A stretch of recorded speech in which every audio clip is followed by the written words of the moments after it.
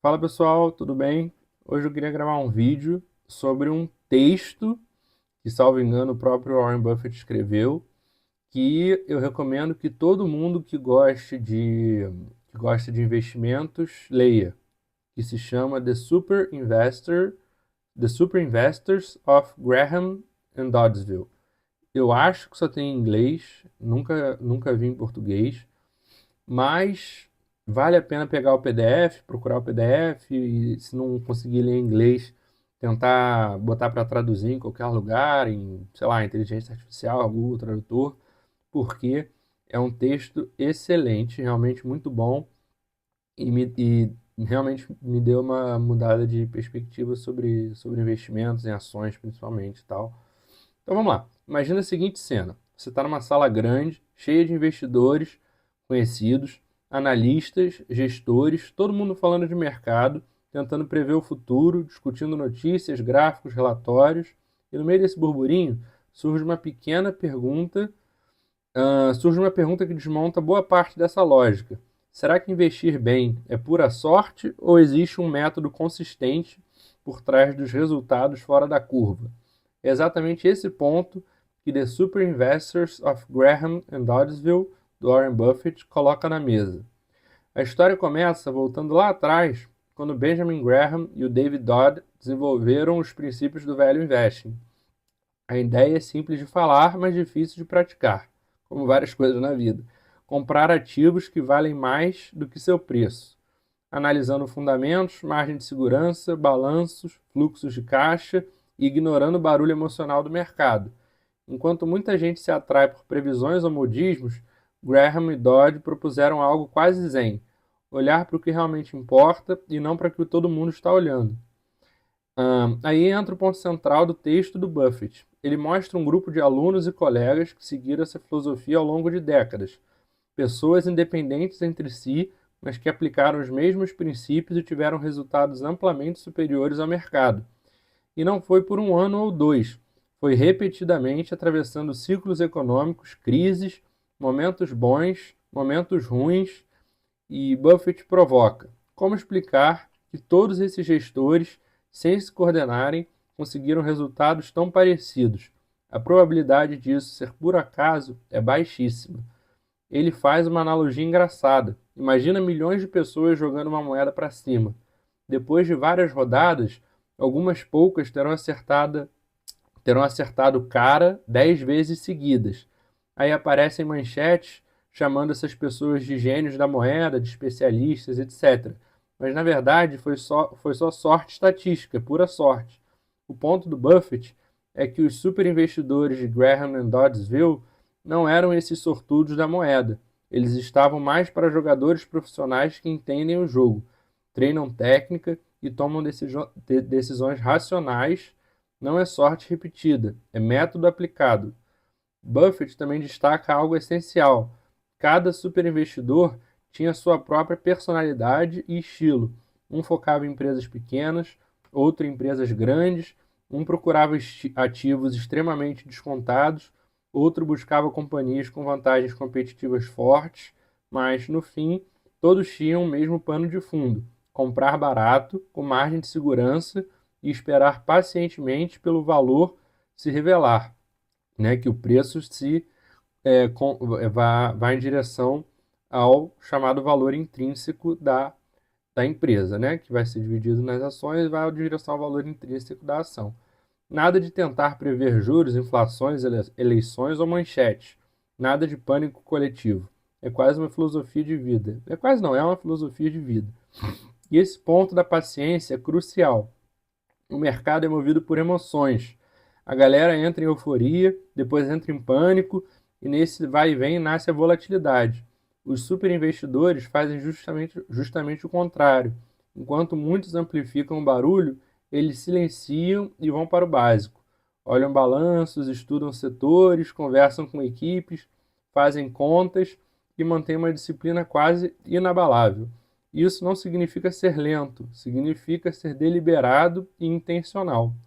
Um exemplo constante no texto é o próprio Buffett, claro, mas também nomes como Walter Schloss, Tom Knapp, Bill Ruane, entre outros. Cada um deles tinha carteiras diferentes, métodos diferentes, mesmo assim os resultados convergiam para o mesmo padrão: consistência. Buffett argumenta que, se fosse sorte, essa convergência não existiria. É como se 10 pessoas, cada uma morando em cidades diferentes, tocassem músicas distintas, mas todas afinadas na mesma escala. Não é coincidência, é formação musical. Outro aspecto interessante é o racional psicológico por trás disso. Graham e Dodd basicamente estavam dizendo: o mercado às vezes perde a cabeça, use isso a seu favor. E Buffett transformou isso numa metáfora famosa: o Senhor Mercado, esse personagem instável que aparece todos os dias te oferecendo preços absurdos, às vezes barato demais, às vezes caro demais, e você não precisa fazer nada com ele todos os dias.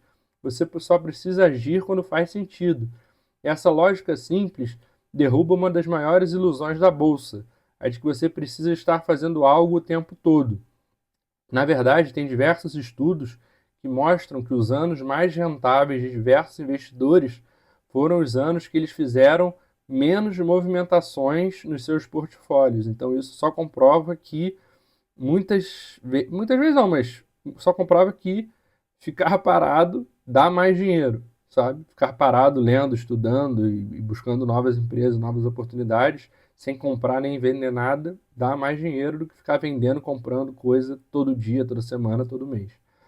No final, a grande mensagem de The Super Investors of Graham and Doddsville é quase pedagógica.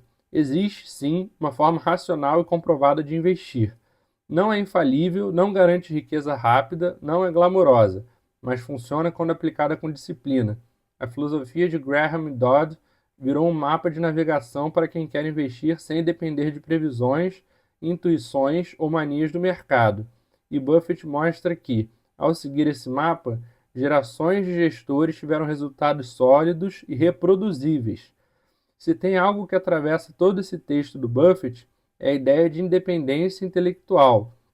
Esses superinvestidores não eram guiados pelo que os outros achavam, eles confiavam na análise própria, avaliavam riscos com calma e reconheciam que volatilidade não é inimiga, mas oportunidade. No fundo, o livro é quase um manifesto contra o pensamento de curto prazo, e não um livro, é um texto, né?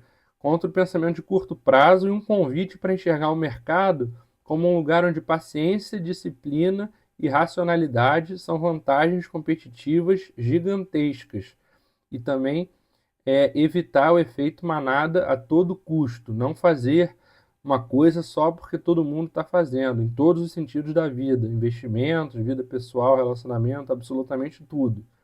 Pensamento crítico e raciocínio lógico sempre. Quando você coloca tudo isso junto, entende por que Buffett escreveu esse ensaio, para mostrar que, apesar do barulho, apesar das teorias de eficiência absoluta e apesar das modas passageiras, existe um caminho que foi testado na prática e que continua funcionando. Um caminho que não depende de genialidade, mas de método e caráter. E que, por mais contraintuitivo que pareça, não exige prever o futuro, apenas saber reconhecer o valor no presente. As pessoas adoram falar, tipo, Warren Buffett está prevendo uma crise, uma quebra, não sei o quê. Não, ele simplesmente olha para o mercado e fala, o mercado está caro. Aí ele vende as ações dele e compra títulos do Tesouro Americano, que foi o que ele fez esse ano, ano passado, se não me engano. E aí as pessoas, Buffett está prevendo uma crise. Não, ele está achando o mercado caro. E normalmente, quando o mercado está caro, vem uma correção que pode ser que seja uma crise ou não, pode ser uma correção, de cair os preços e tal, mas se manter uma estabilidade. Mas você vê que antes de toda a crise, antes da crise de 29, o mercado estava caríssimo. Antes da crise de 2008, o mercado estava caríssimo. Então, quem realmente aplica o value investing, logo antes da crise, ele vai estar com o seu patrimônio alocado minimamente, e aí vem a crise, as ações caem loucamente, e aí as pessoas, os praticantes do value investing vão às compras com as empresas em promoção, comprando diversas empresas que valem 100, pagando somente R$ 10. E esse é o mundo ideal para a galera que segue o value investing, inclusive eu. Então, espero que vocês tenham gostado. Até a próxima. Um abraço.